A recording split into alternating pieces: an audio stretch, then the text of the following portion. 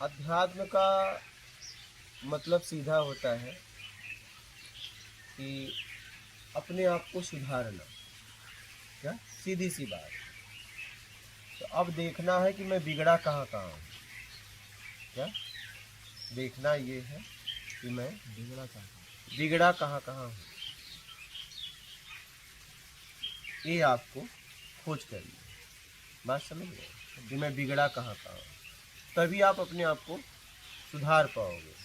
तो आध्यात्म का मतलब होता है अपने आप को समझना। आध्यात्मिक मार्ग के द्वारा आपको अपने आप को समझना है। ठीक है, समझ के जीवन को जीना है। आध्यात्मिक व्यक्ति का ये भाव रहता है कि मेरे द्वारा ऐसा कोई भी कार्य ना हो इस दुनिया में जिसकी वजह से किसी को तकलीफ हो। क्या मेरे द्वारा ऐसा कोई गलत कार्य ना हो जाए। हाँ, ऐसा कोई कार्य ना हो कि जिसकी वजह से किसी भी जीव को, किसी भी जंतु को, किसी भी मानव को, किसी को तकलीफ हो, किसी की भावनाओं को ठेस पहुँचे। ऐसा कोई काम ना हो, ऐसा कोई काम नहीं होना चाहिए। आध्यात्मिक व्यक्ति हर व्यक्ति के भावनाओं को समझता है, यहाँ तक जीव के भावनाओं को समझता है, उसको सम्मान देता है और जीवंत होके निकल जाता है। तो आध्यात्म का मतलब है एक दूसरे की भावनाओं को समझना।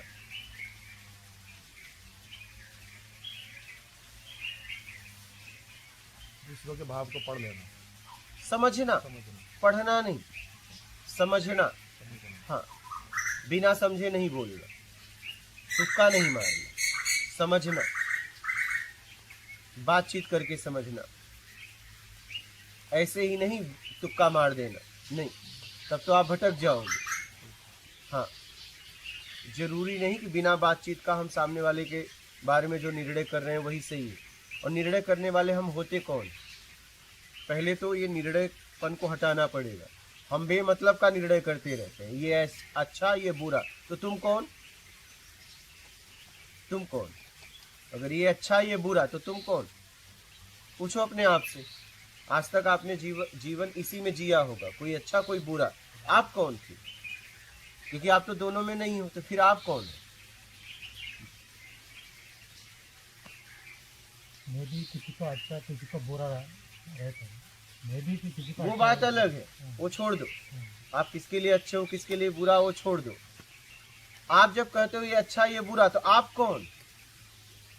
उस वक्त आप कौन होते हो?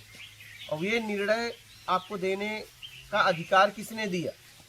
प्रकृति से मिला है, संविधान से मिला है? आपको जीवन जीने के लिए मिला है कि आपको निर्णय करने के लिए मिला है? कौन अच्छा कौन बुरा?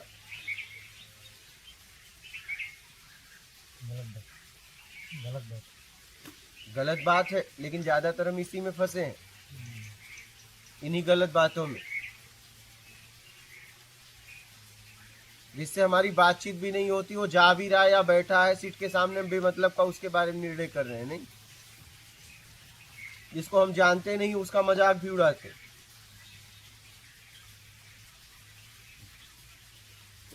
एक संप्रदाय वाले दूसरे संप्रदाय का, एक पंथ वाले दूसरे पंथ का, हो सकता है वो बहुत सज्जन व्यक्ति है, लेकिन बस आप जिस संप्रदाय से जुड़े उसके वो विपरीत है, इसलिए आप उसका मजाक उड़ा रहे हैं। हो सकता है आप मिल जाओ उससे बात करो तो आपको शर्म भी आए, इतना सज्जन आदमी और मैं इसके बारे में क्या बोल रहा था। लेकिन संप्रदाय समूह का एक नशा है आपको। जब आप उस भीड़ में होते हो तो सज्जन व्यक्ति का भी अपमान करते हो। क्या? जब आप उस भीड़ के साथ हो जाते हो तो अगली भीड़ का बेमतलब का अपमान करते हो। बल मिल जाता है, बल मिलता है, लेकिन उस बल के बाद तो आपको और मानवता दिखानी चाहिए। बेमतलब का किसी व्यक्ति का, किसी समूह का मजाक उड़ा रहे हो।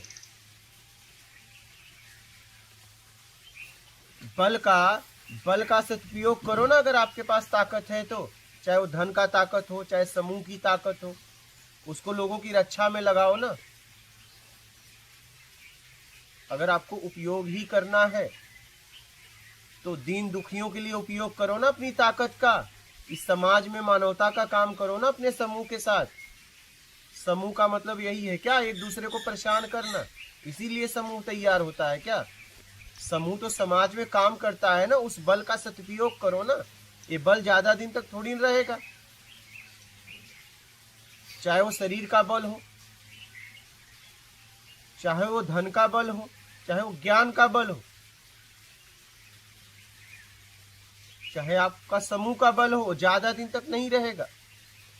तो समूह का मतलब होता है कि आप समाज में विश्व कल्याण के लिए कुछ काम करें, तब आपके समूह बनाने का मतलब है।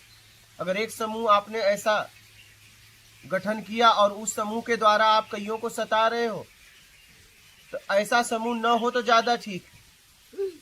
लेकिन ज्यादातर क्या होता है, एक समूह बनता है और एक समूह को सताता है। लड़ाई करने के लिए समूह थोड़ी न होता है। समूह तो मानवता को पैदा करने के लिए होता है, सेवा करने के लिए होता है, सत्कर्म करने के लिए होता है, इसलिए समूह का निर्माण होता है।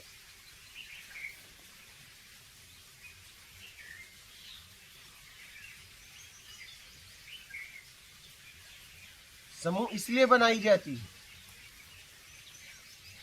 बल का, ताकत का हमें सदुपयोग करना चाहिए, समाज कल्याण के लिए लगाना चाहिए, समाज सेवा में लगाना चाहिए, सत्कर्म में लगाना चाहिए, लोगों की रक्षा में लगाना चाहिए।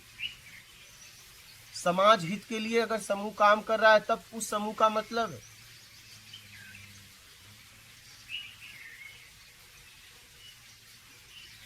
और कोई समूह है तो दोनों समूह को, कईयों समूह को मिलके काम करना चाहिए।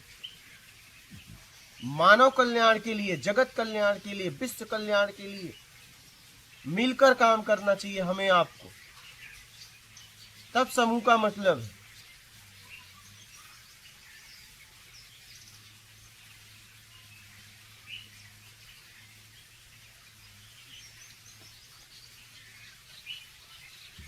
आपके बल से अगर किसी की रक्षा हो रही है तब आपके बल का मतलब है। आपके बल से किसी का अपमान हो रहा है तब तो आप राक्षस प्रवृत्ति में जी रहे हैं। आपके ताकत से किसी का अपमान हो रहा है, कोई व्यक्ति परेशान है, कोई परिवार परेशान है, कोई समूह परेशान है, तो ऐसे समूह को तो तोड़ देना चाहिए।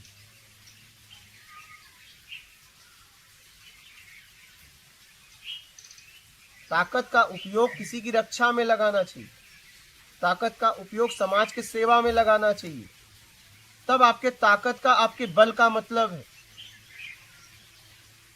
और अगर कोई समूह बना रहा है, गठन कर रहा है और किसी को सताने के लिए, तो जितने हैं उसमें कायर हैं। क्या है? कायर मिल को ताकत को इकट्ठा करके किसी को सता रहे हैं। वो अकेले उनकी ताकत नहीं थी। बात समझ रहे? अगर कोई भी ऐसा समूह काम कर रहा है कि किसी समूह को सताने के लिए वो समूह का निर्माण कर रहा है,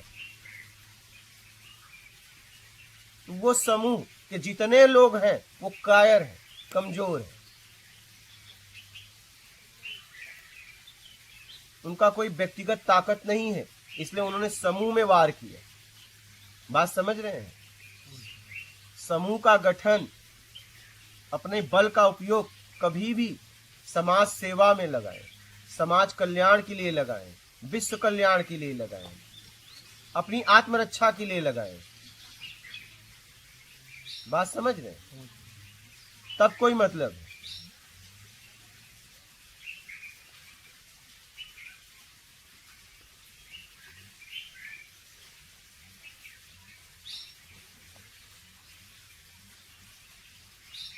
समझ गए?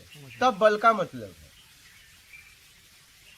गुरुजी, ऐसे अपना बल अगर बढ़ाना हो हमें, तो फिर उसके लिए क्या करना पड़ेगा हमको? अब क्या बल बढ़ाना चाहते हो? शरीर की ताकत तो प्रोटीन की चीजें खाओ, ज्ञान की ताकत तो अध्ययन करो, पैसे की ताकत तो मेहनत करके पैसा कमाओ, यही ताकत होती है। समाज में जैसे कुछ करना है उसके लिए अगर बल चाहिए, अगर आप कुछ करोगे तो समाज के लोग आपका सहयोग देंगे। आप कुछ करो, या तो आप कुछ करो, लोग आपके साथ हो जाएंगे, तो या तो आपको, अगर आप सीधा आगे से नहीं कर सकते तो किसी समूह के साथ हो जाओ।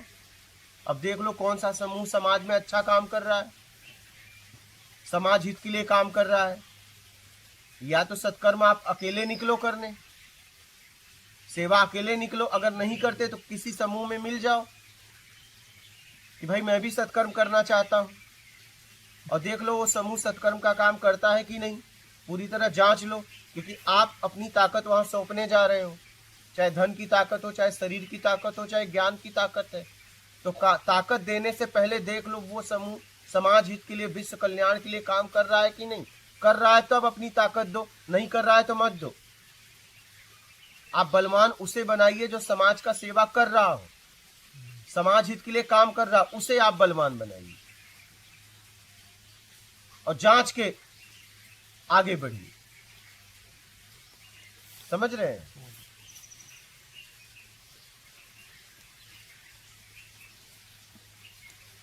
समझ गए? मात कर लो।